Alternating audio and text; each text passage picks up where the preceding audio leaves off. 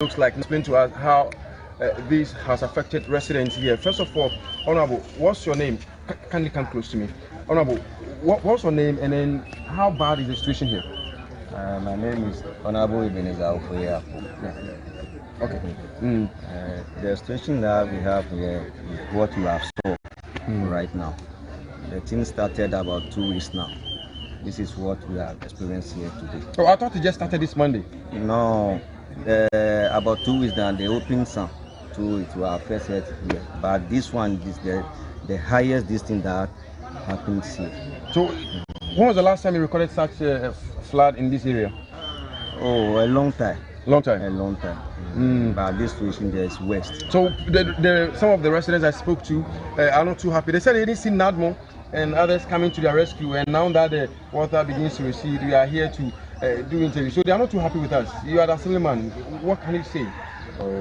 If they are saying that it's not true, those people that the things has happened to them, this thing is more serious than what we have here. So I think the next thing, the NADMO, these things that we went to the rescue in the island community. Yes, that's why. So if they are saying that it's not true. Okay, so let me talk to this man. Sir, please come close to me. Let me talk to you. You are a resident around this area, so you've witnessed this. I'm told at dawn around 3 a.m. it's so bad. Is it true? It's very true. How bad? That's what you say. That's what the assemblyman said. These personal residents, and these are the best around me. So it started around 3 days ago. Okay. Yes. But so far you've not lost any property aside the water taking over your house? No, we just entered our homes. Okay.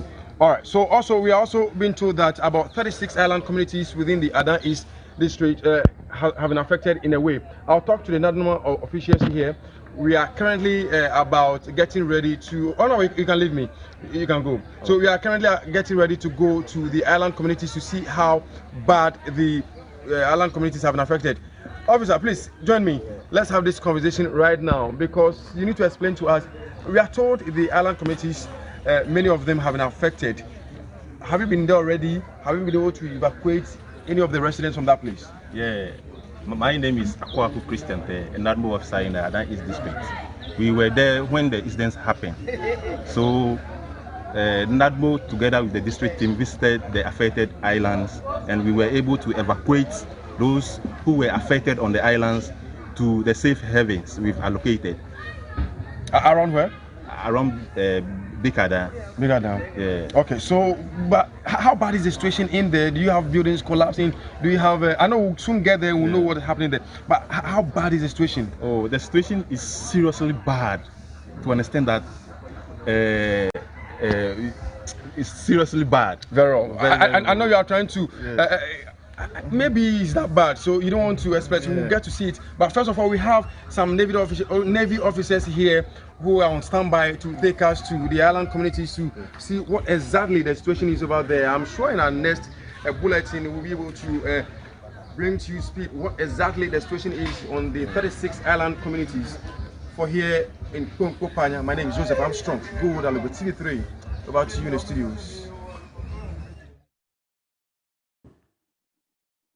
Meanwhile, 73-year-old Manasseh Oklo, a resident in Anazome in the Adan East district, has expressed his frustration on lack of the proper sensitization on island communities before the spillage.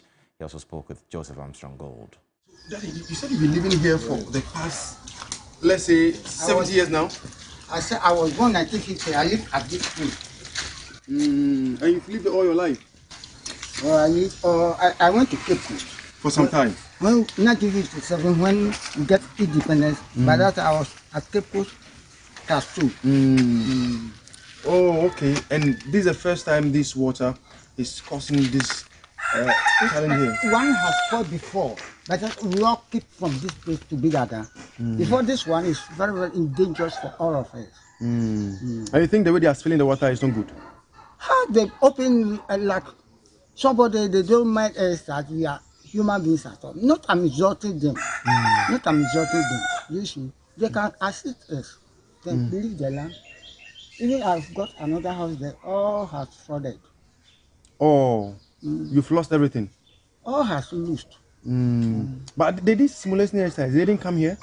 Pardon? They did simulation exercise. They came to educate you how to. They didn't come to me before, but they went to Azankwe. They went to Azankwe, but they didn't come here. Azankwe is my land. It's your land. But Kobo people are staying. But I'm Kujagwe person. Okay, so how many children have you? I have told you already that You have plenty. My wife have plenty. You have plenty wives. Five.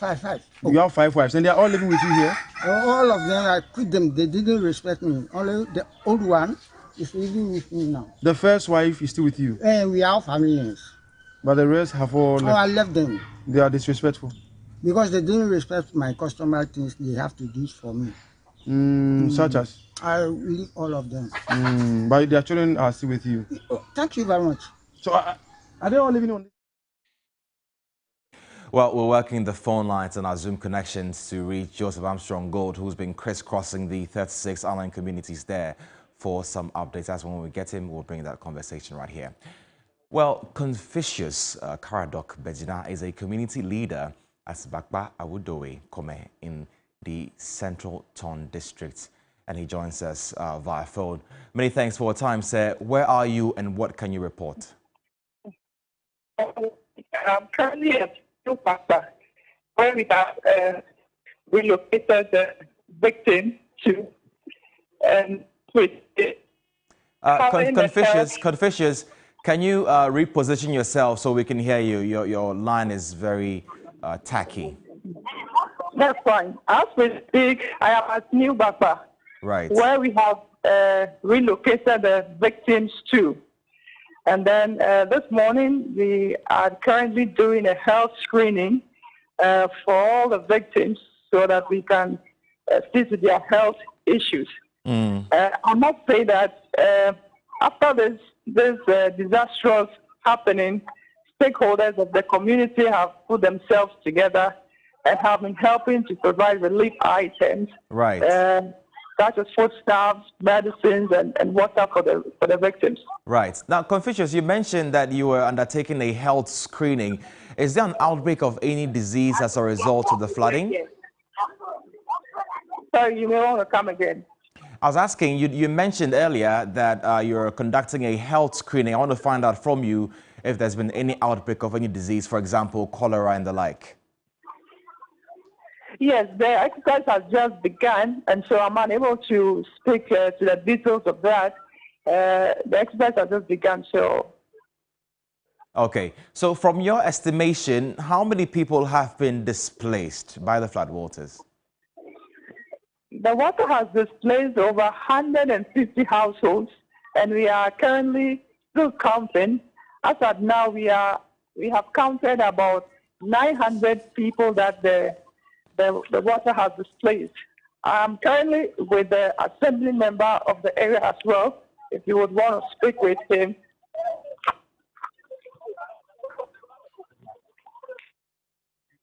Right. So you had Confucius Karadok Bejina, who is a community leader at Bakba in the Central Ton District. Bringing us some updates from there. He indicated that some 150 households have been affected by the flood waters there, and some 900 persons have also been affected. And in the meantime, they're conducting a health screening to ascertain the health status of these individuals that have been affected. Now, in a related development, the University of Ghana branch of the Universities Association of Ghana, UG-UTAG, has urged the National Disaster Management Organization, NADMO, to double up on its interventions to deal with the plight of those affected by the spillage of the Akosombo Dam. Now, UTAG-UG noted with concern the displacements of individuals and communities in the Volta region of Ghana because of the currently ongoing spillage of water from the Akosombo and Bon dams. In a statement signed by its president, Professor Ransford Jampo, called on the government and all agencies involved in the management of the Akosombo Dam to devise mechanisms that allow for the maintenance of the facility without perennial displacements of people from their homes and the untold hardships such exercises bring upon them. The statements added that UTAG has expertise and is willing to help the government address this perennial problem.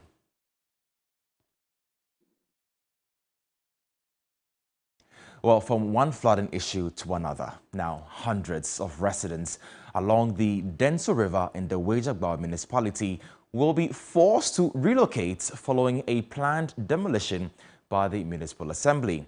Local authorities say the demolition has become necessary due to perennial flooding in the area whenever excess water from the Weija Dam is spilled by the Ghana Water Company Limited to save the dam from possible collapse.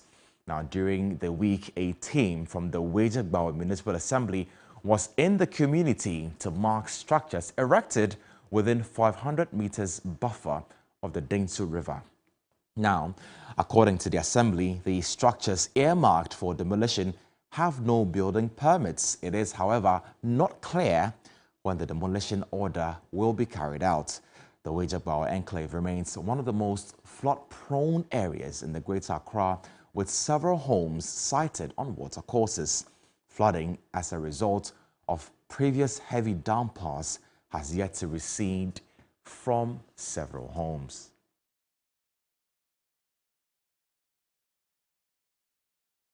Well, let's get onto the phone lines now and connect with the Assemblyman for the Weija electoral area, Wilfred Aite Blankson, for further discussion on the perennial flooding phenomenon.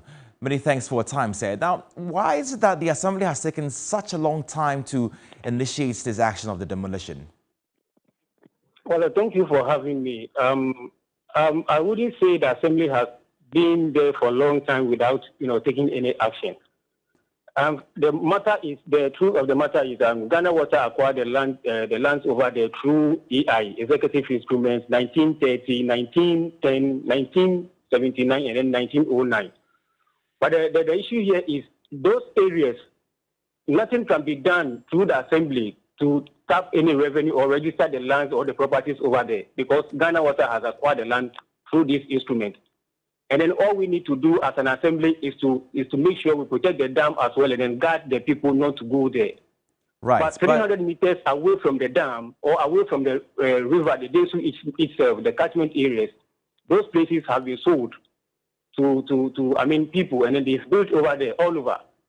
And then as we speak, the residents over there that need to leave that area, those areas before any other disaster occur again, need to sit with the traditional authorities and then Ghana Water as well to see how best we can come out with the amicable solution. Right. But we understand that most of the buildings in that area have no building permits. Isn't it the role of the Assembly to ensure that some of these buildings are not carried out? Yes, you are right. As a matter of fact, we can't give them permit because those areas belong to Ghana Water. It has been registered in the name of Ghana Water Company and Ghana Water Insurance Company. And as an Assembly, we don't own lands. It is the traditional authorities, they own lands. So if that area has been acquired through EI, executive instrument, we as an Assembly have nothing to do by issuing permits. Right. It will go against the Assembly itself. Okay. So now, how many people and buildings would be affected as a result of this demolition exercise? We understand that you've earmarked some of these buildings for demolition. How many buildings are going to be, to be taken down? Over hundreds of buildings will go down. Over hundreds of buildings will go down. Are there any plans to relocate these individuals, or you're just going to go in and bulldoze the buildings and then call it a day? As a matter of fact, the Assembly, we don't have any capacity for relocating them because the financial muscles, we don't have it. And we need to do something about it. The government has to do something about it because they have built all over their places. And then we can't even go there to generate any revenue because the land doesn't belong to the traditional authorities. It belongs to Ghana Water. So if you go to Lands Commission, you can't plot those lands. Right. This is the major challenge the Assembly is facing. And we cannot go there to generate any revenue. Okay, but can you tell us when the exercise will begin? When would you execute this demolition exercise? It has become a national issue, and then the Forestry Commission, they were in the community to ascertain the situation. So we are looking up to the higher authorities now. Whatever may come out, they will let us know as an Assembly, then we also take it up. Right. Finally, before I let you go, these individuals whose homes and buildings have been earmarked for demolition, have they started evacuating from their structures? Well, they have nothing to do now because for them, the traditional authorities sold those places for them. So they're also looking up to the authorities to take the issue up. Right. I want to thank you so much for your time. They heard the assemblyman of the Weija Bawe area speaking to us there. To some more news this afternoon, and the people of Dachie, a farming community in the Dafiama Busi-Issa district of the Upper West region, have expressed concern about the poor nature of their major road linking other communities. The road, which was cut off 2 years ago, has worsened as it remained unfixed, leaving residents, particularly women and school children, facing the brunt. Here is a report by my colleague Ibrahim Wangara.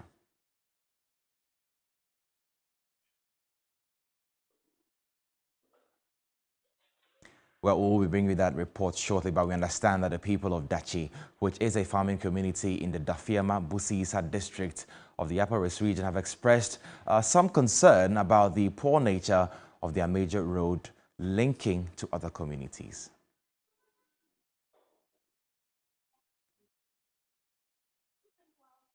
We're still watching Midday Live from our news hub here at the South Kanda in Accra. We're live on DSTV channel 279 all around the world on 3news.com and across social media platforms. You can find us at TV3 Ghana. Well, here's that story for you now. Are currently facing the brunt of damaged roads, with the education of children likely to be truncated due to cut-off roads 2 years after floods struck in the Upper West region. The Dafiama Busi-Issa district was among the areas that suffered the August 13, 2021 downpour that lasted for 12 hours, resulting in flooding which left major roads, bridges, over 1,605 people affected, and over 100 homes destroyed, according to disaster management authorities. A visit to the Dafiama Busi-Issa Dachie road showed how the main road has been cut off twice, posing danger to children as they have no option than to wade through water to cross to the other part of the district to attend school. Cletus Sandari is a resident and a farmer who on daily basis has to assist these children.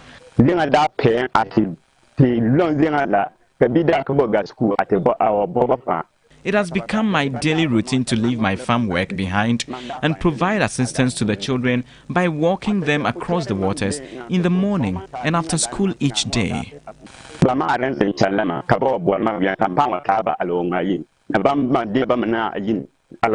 According to some concerned residents, the deplorable nature of the road is unbearable, particularly when it rains. Foodstuffs cannot also be carted from the farms to market centers. We did a lot to help ourselves as we organized communal labor, but actually the nature of the road, how it has been cut, we cannot use our bare hands to do anything. The DC, the regional minister, they came here. They even came and saw the dump. They used a helicopter, they flew around and then observed everything. But since we have not heard from them again. When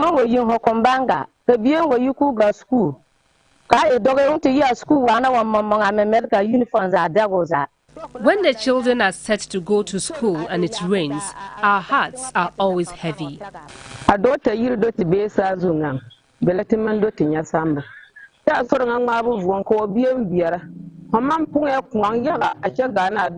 The deplorable state of the road poses a serious risk to our lives. Let's bring you some more stories this afternoon as the Deputy Attorney General Alfred Tuah-Yeboah says the 37 million cedis retrieved from the Chief Executive Officer of defunct Capital Bank, William Atuasian, before he was imprisoned is better than none. He spoke on TV3's Key Point. We've been able to get 37 million Ghana cedis, which if you compare it to the amount of 250, you may say that it's a bit small, but the amount is not 250. Because after subsequent searches, it turned out that indeed the accused person, there was some amount that were blocked, there was some amount that he had paid to Yoko, so we knocked all those amounts out of the entire sum and we came to what we have at the moment. So 37 out of 90, I think, is quite reasonable. It's not up to half of the amount, but looking at our history, I would say that the state has actually made some money out of this prosecution.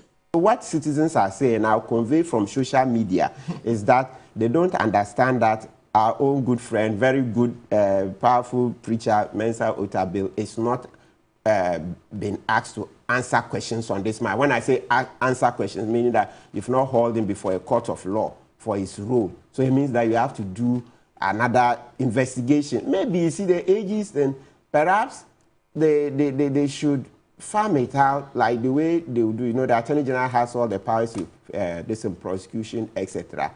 Like the way they've given special prosecutors some of the powers. Maybe it's about time they would give maybe special counsel like the US they do. So beyond OSP, AG can still delegate the power, maybe a private lawyer, then he can go into it so that independent, because let's begin to build the institutions. Once we accept that the Attorney General can delegate the power, and the Attorney General has done it for several institutions where they prosecute their own cases. So beyond that, we should look at giving it to private lawyers, then they can, so that you give it to a private lawyer who is independent, of course, not affiliated to the government, and we can do further investigations. Because you see, just know that the voice of the people is the voice of God. 9 banks collapsed. 9 of them. We have the UT Capital, the Beach Bank, the Construction Bank, the Sovereign Bank, the Unibank, the Royal Bank, the Heritage Bank, and then the Premium Bank. Look at the money, plethora of money we sunk into collapsing this business.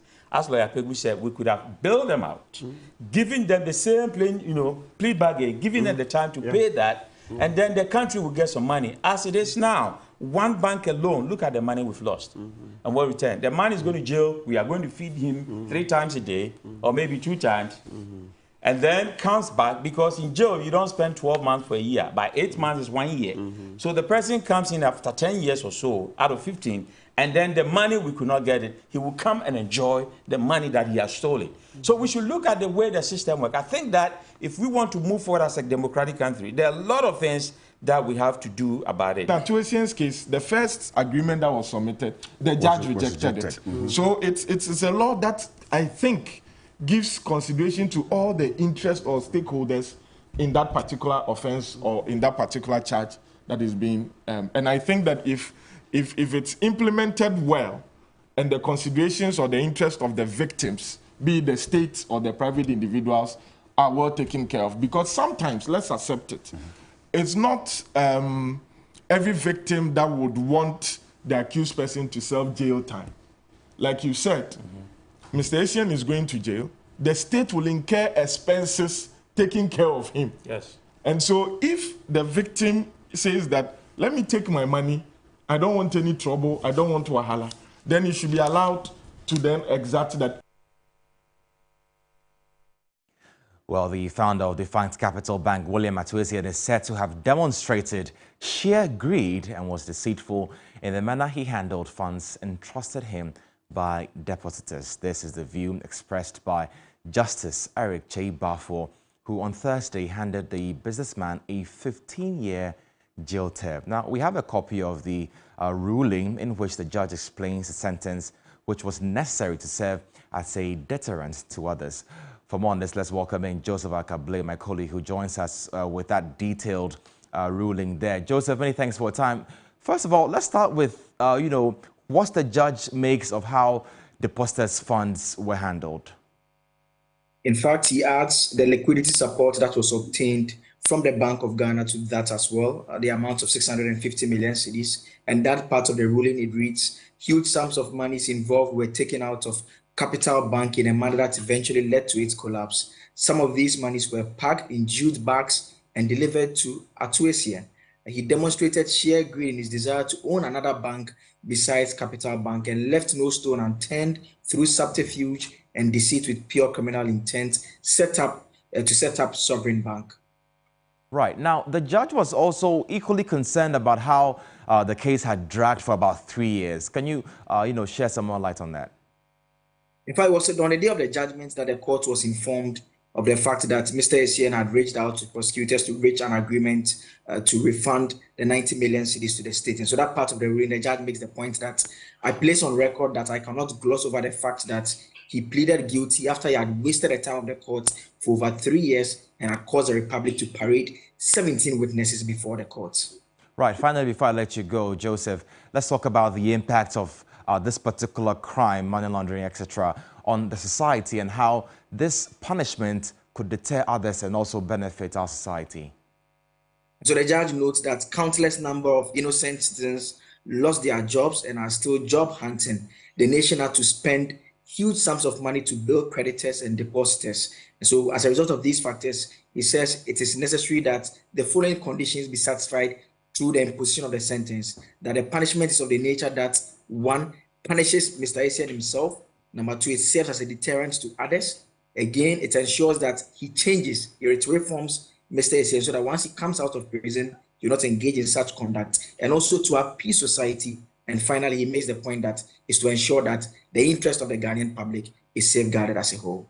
Joseph Akable, I want to thank you so much for your time, my colleague there, bringing us all the details regarding that ruling. Well, still watching Midday Live from our news hub here at Tedisawe Kanda in Accra. We'll take a quick breather and we'll be back with more news. Don't go away.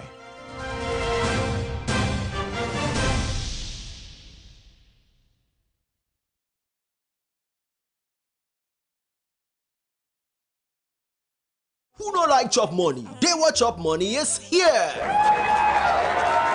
Collect your chop money every morning at 8:30 a.m. by simply dialing *446# and select option 2 to play Dewa 539 Chop Money. Win 40 times your stake with Direct 2, 400 times your stake with Direct 3, and 20 times your stake with Direct 1. You can also pay your numbers to win big. You only pick your numbers from 1 to 39, so winning is easy. Win every day with Dewa 539 Direct, the only lottery that offers you the best chances of winning. Collect your chop money every morning into your mobile wallet. Dial *446# to play Dewa 539 Chop Money now. Dewa,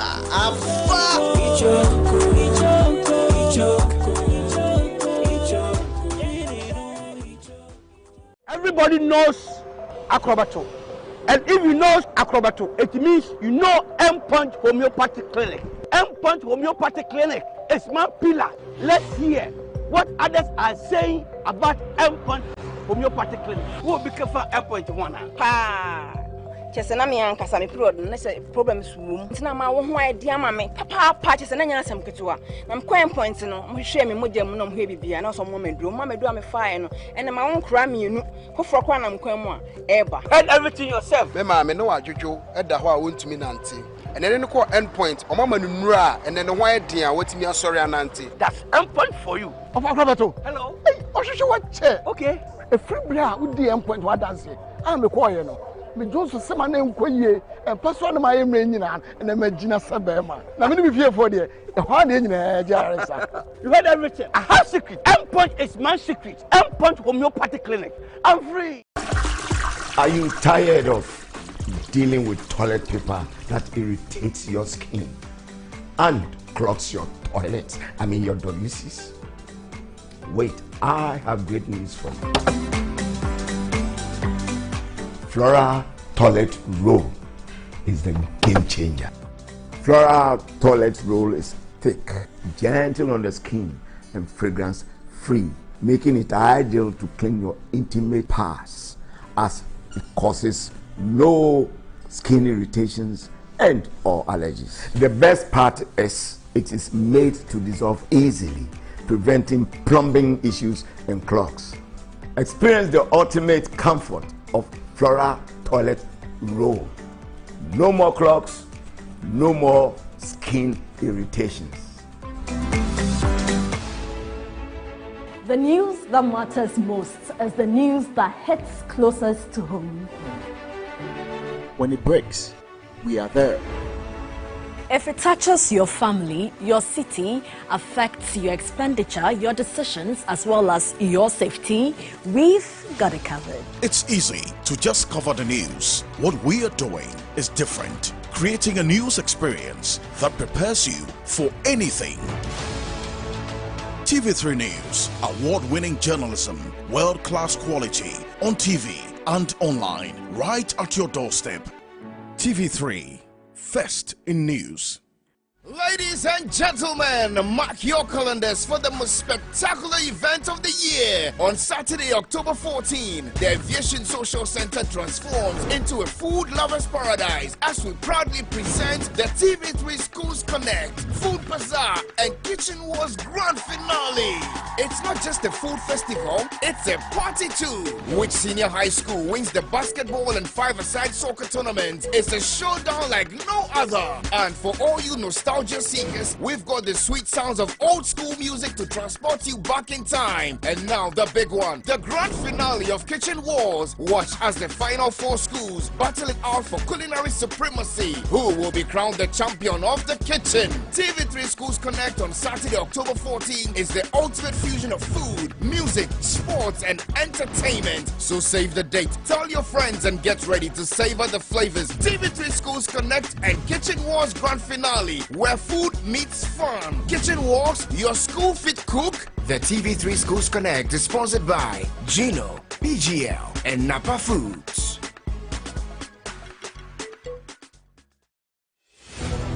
He promised me sweet talks and was like, he's never going to marry any other woman apart from me. A Muslim man gave you that promise? And I don't understand why the woman would say she is jealous, because it is written that a man can marry more. So why do that? You people are allowed to marry more than one. So you shouldn't have given that fake promises. The Islam laws allows polygamy marriage. The co-wives are in love and they are making love. It's biblical. It's not a today matter. Angels went to visit men and men wanted to have sex with men. Listen to her confession. It is haram in Islam. It is forbidden in Christianity. It is against African traditional religion. So where do you even stand? In you is built a platform you have been oriented to.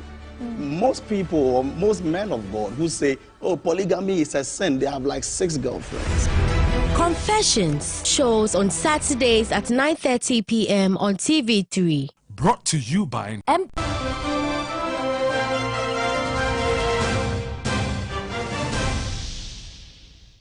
Welcome back. Let's bring you some more stories this afternoon. And the Public Utilities Regulations Commission, PURC, has entreated utility providers to make meters readily available to clients to reduce the rate of illegal water and electricity connections. Now, according to the Executive Secretary of the Commission, Dr. Ishmael Aka, illegal connections contribute to unaccounted revenue, which affects tariff increments. He made the call during a public sensitization forum in Kumasi. There are also those who connect to electricity illegally. At times they do U-touch, they do so many other means to get electricity or water. What we are saying is that the criminal code frowns upon this practice. Anything, we call it illegal, but it is stealing. And so when you are caught, the law will deal with you. The PURC and Energy Commission are educating people. But we also will encourage ECG and Ghana Water to make meters available. At times, that is one of the challenges some consumers say. Though illegal connection, we frown upon it and we don't want it. They should also make it more possible and more friendly for consumers to connect to electricity and water. Dr. Ishmael Aka says the increase in water tariff is due to the high cost of water production as a result of illegal mining activities. A number of factors influence the cost of water production, and that will also contribute to the tariff you pay for water. So one of them is the cost of chemical, the other is the cost of electricity, then we add the cost of maintenance and operation and human resource and others. And I indicated that when it comes to the chemical, in the past Ghana Water was using alum, but now they've moved from alum to polymer. One polymer is 4 times more expensive than alum, so it means that the cost of production has gone up. And this is because of the galamsey. It is our appeal that all of us as citizens, we contribute to help educate people about the consequences of illegal mining that is affecting all of us, And unfortunately, we are all paying for such consequences. The public forum is to educate students of the Wesley College of Education on how tariff is determined and show them the complaint management process. This forms part of PURC's education, engagement, and enforcement program. Well, for more on this, let's welcome in Leila Abubakar, who's the External Communications Manager of ECG. Leila, many thanks for your time. Now, we know that most of the time when a lot of people want new meters, they come with complaints about the difficulty in accessing these meters. And also you've heard the PURC. What steps are you taking to ensure that these meters are accessible to new clients? Thank you very much, Samani, for engaging me on this particular subject. I'm happy to announce that very soon this particular complaint will be almost unavailable anymore. People will not be saying that they have visited ECG and there are no meters, because it is very core to our business to be able to measure the electricity that we are selling to our customers. We need meters, but for a number of reasons, and several years now, we have had the compounded issue of not being able to supply meters. However, we are now doing the loss reduction project, which essentially is a collaboration with the private sector to supply meters to our customers. The good thing about this particular project is that we are not anymore importing these meters and having to wait long months and paying huge sums of money to these manufacturers. We are dealing with assemblers and manufacturers who are here in Ghana with us. And so for a few months now, since June, the program has taken off, and I'm happy to announce that a lot of our customers are being served. We don't have any issues with new service requests, additional meters. Our only problem now is identifying the customers who have requested meters, and it's been some time now, maybe a year or something. Right. So our new point of communication to these customers is for them to revisit our offices. We realize that some of them have paid the amount for the quotation. When we say quotation, it means that there has been an officer to your house and has determined that you indeed need a residential or whatever meter it is that you are requiring, and has given you the amount to pay. Some people have made this payment. Those who have the receipt should just go back to their district offices and they will be supplied with the meters. Right, now, Leila, the faulty meters. Right, Leila, before you, not to cut you, before you proceed, I remember during the mobilization drive, we understand that some of the, clients who were connected illegally did mention that they had difficulties in getting these meters. And also some of these individuals, if you recall, were using meters that were not authorized by the ECG. Now, in order to get a new meter, what is the time duration for one to come into your offices, apply, and then have it fixed at your homes? So the process is quite simple, because you'd have to go to your district office and make a registration. At first, the registration was 10 cedis, and now it's 100 cedis since March 2023. You pay the application fee, and then the process starts. It gets to a point where an officer is sent to the premises where you want the meter to inspect the integrity of your connections, your wiring and everything, and the type of meter that you actually do need. Now, when all these processes are met and you have paid the quotation for the meter, then it will have to take you not less than 10 days to receive the service. Right now, we are doing between 1 and 20 days. However, it's getting better. It's only because of the backlog. But that's what I'm trying to say, that there are people who have requested meters and are not getting them, not at any fault of theirs. Some people have just truncated the process and have not followed up after paying. So we're just entreating them. We have meters available now because we are not buying the meters anymore as ECG. We are relying on these private producers to supply to them.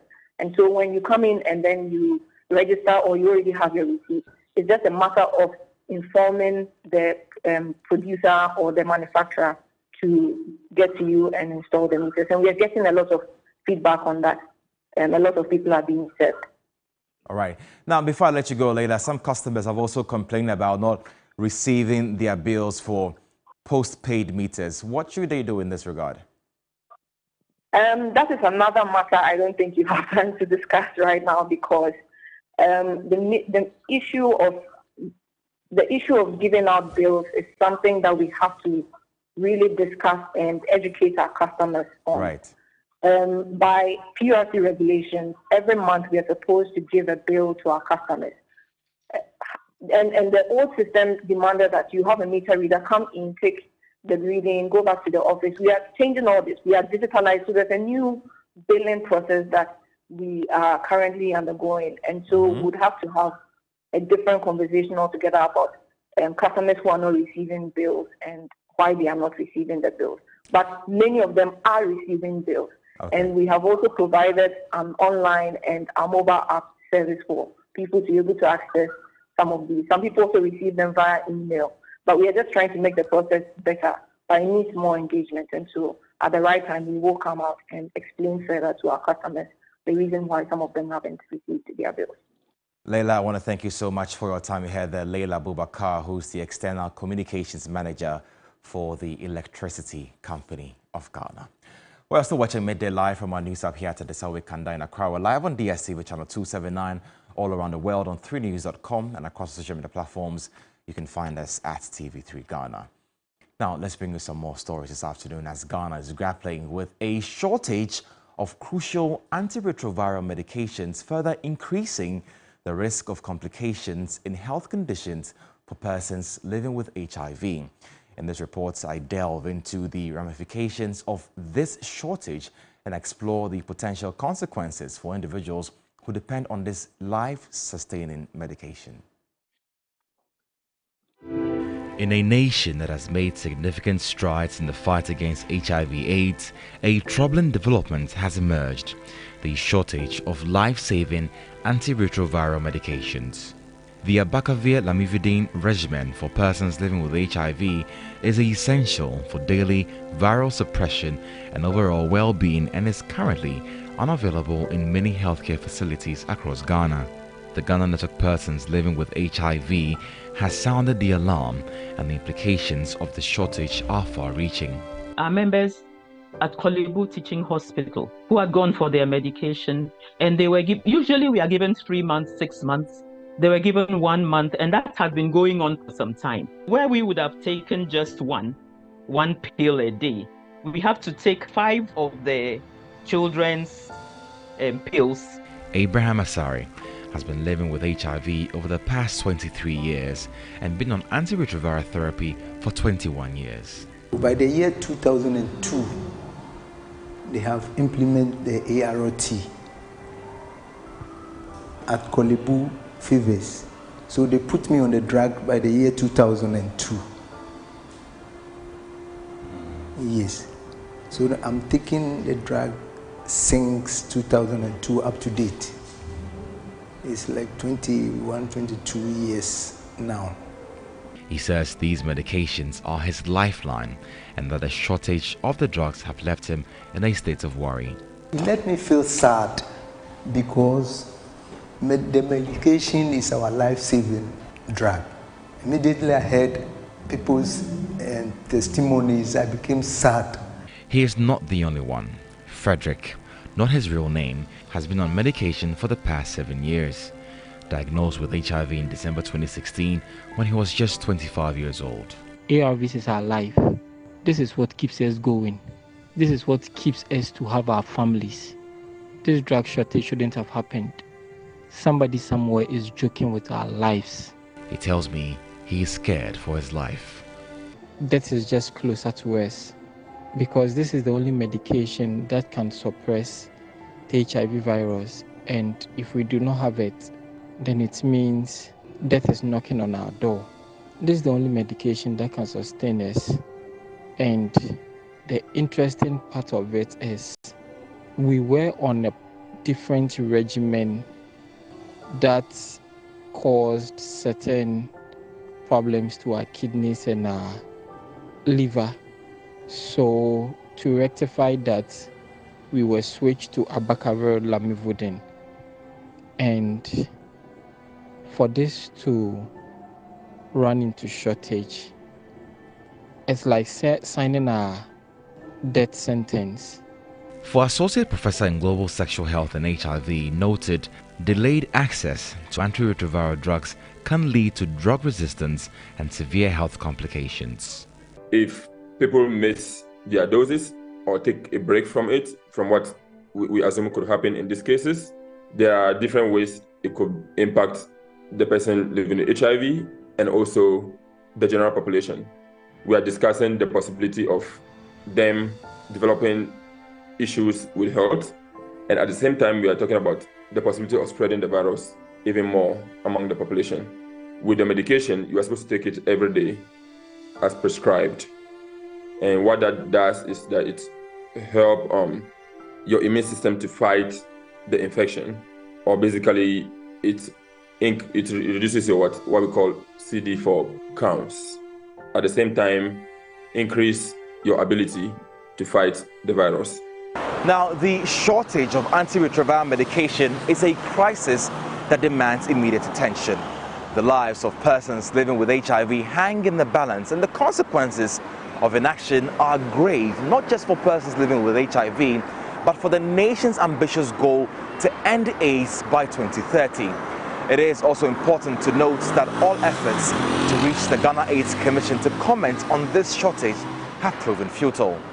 Emmanuel Samani, TV3 News, Accra.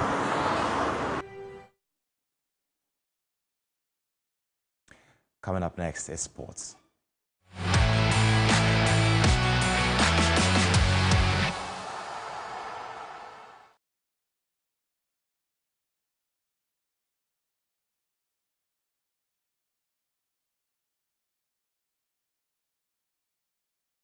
Right, let's get into the sports news this afternoon here on Midday Live on TV3. My name is Yao Ofusulabi. Now, in a few hours, Ghana will take on Mexico in a friendly game in Charlotte in the United States of America as they prepare for the 2026 World Cup qualifiers and also the 2023 AFCON. Thierry Nyan is currently in the United States ahead of Ghana's game against Mexico and has filed this report.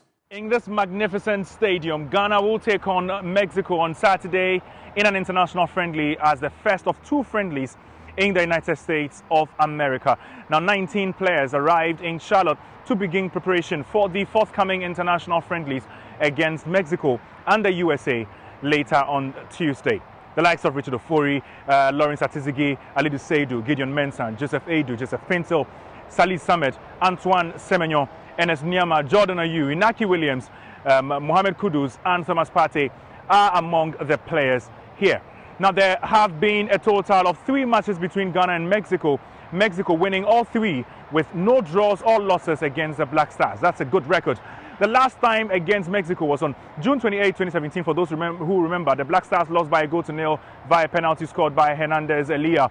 But out of the total collapse by Chris Hughting, 4 pulled out injured, and the likes of Tariq Lamptey, Alexander Djiku, Daniel Amate and Osman Bukari. The quartet have been replaced by Kingsley Schindler, Jerome Opoku and Stefan Ambrosius. But that's good news, of course, because Mohamed Kudus, Starboy and Jerome Opoku are the latest arrivals in camp ahead of Ghana's friendlies against Mexico and the United States of America. The match kicks off at 8:30 p.m. Eastern Time. But if you want to keep up with the live updates, then you have to stay awake at 12:30 a.m. midnight in Ghana. My name is Thierry Nyan, reporting for 3 Sports from Charlotte, North Carolina, USA. Some more stories. An Egyptian journalist, Amir Fahmy, has revealed that the Pharaohs are currently in transition and expects a tough contest when the North African side face the Black Stars at the 2023 Africa Cup of Nations. Ghana are in Group B alongside Egypt, Cape Verde and Mozambique. As for Egypt, actually it's a transitional period for the Pharaohs because since the arrival of Rui Vitória as coach, Egypt has been adopting an offensive style of play. It's completely different from, let's say, the more defensive style that Egypt implemented for years, especially under Hector Cooper from 2015 to 2018. So it's all different right now, and I believe that this new approach might need some time. But as you know, Egypt have a tradition in AFCON, and over the past 3 editions, the Pharaohs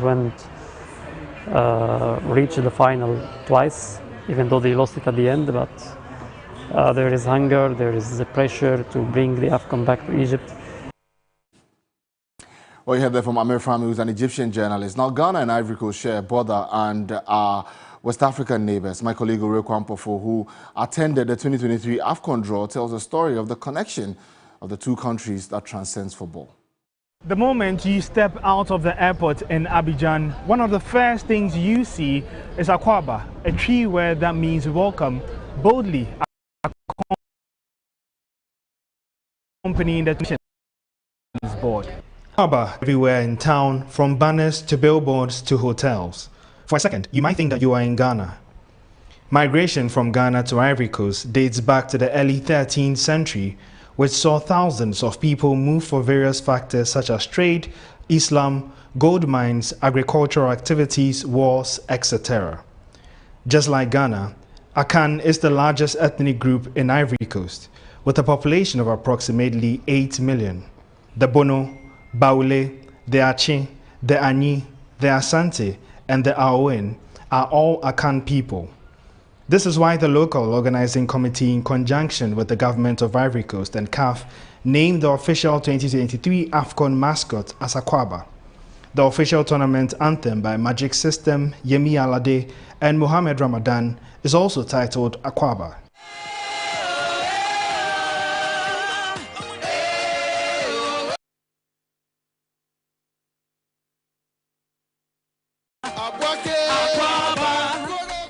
Akwaba encapsulates essential values that make it a powerful symbol of the competition, hospitality, friendship, generosity, and team spirit. Next January, 23 other African countries will troop into Ivory Coast for the 34th edition of the Africa Cup of Nations. But for Ghana, this place will feel like home. Oreku Ampofo reporting for 3 Sports from Abidjan, Ivory Coast. As my colleague Oreku Ampofo there, bringing us to the end of the sports news this afternoon here on Midday Live on TV3. My name is Yao Ofusulabi.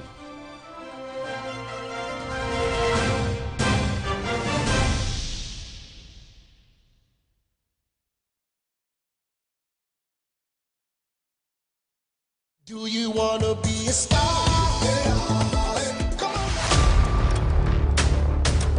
Mentor Season 12, which 16 will ace this, so we see them take over the stage in Mentor Season 12. What's your on Seems fine, this I don't like your please.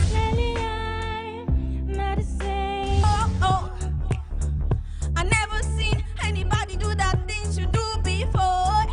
The confidence was on point, the facial gestures, like this was a performance. That dancehall thing is there and all of that. I mean, it's enjoyable. Bro, you gotta fight, man. Shop boys the pressure. If yeah, what was saying, brother Barcelona. Join us this Sunday at 8 p.m. as we start the journey of discovering great talents. Mentor, the world awaits you. Mentor is brought to you by Heaven Black Insecticide Spray and Mosquito Coil, and Napa Foods, Sense Body Spray. Bell Ice.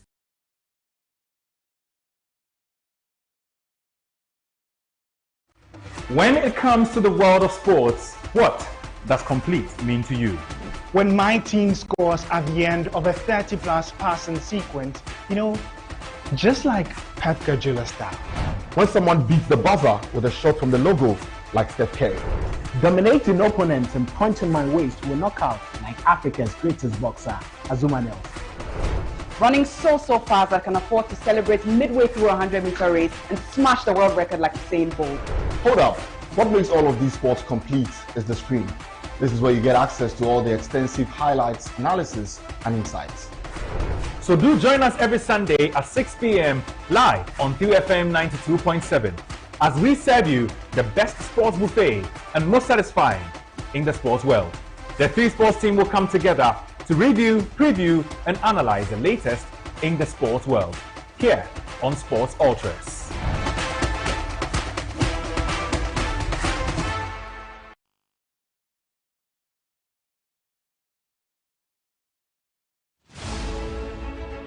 The news that matters most is the news that hits closest to home.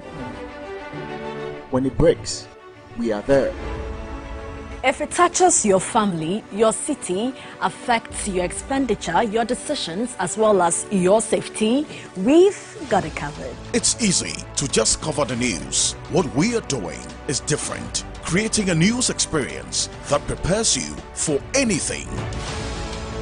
TV3 News, award-winning journalism, world-class quality, on TV and online, right at your doorstep. TV3, first in news.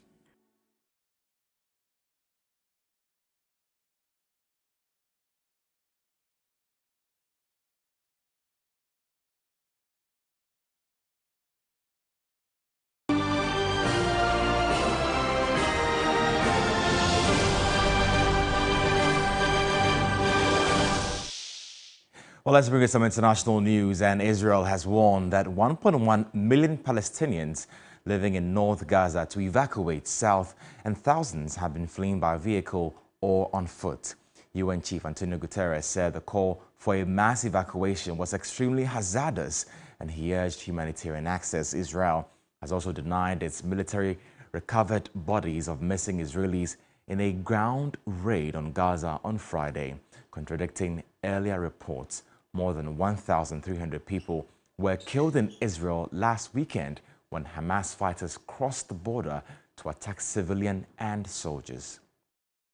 We understand that Palestinian authorities say nearly 2,000 people have been killed in Israel's bombing campaign of the Gaza Strip launched in the aftermath.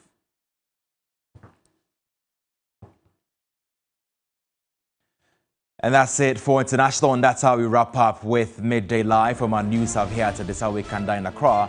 But you can find more news when you do log on to our website. It's 3news.com. I am Emmanuel Somani. Take care of yourself, be well, and enjoy the rest of your weekend. Bye-bye.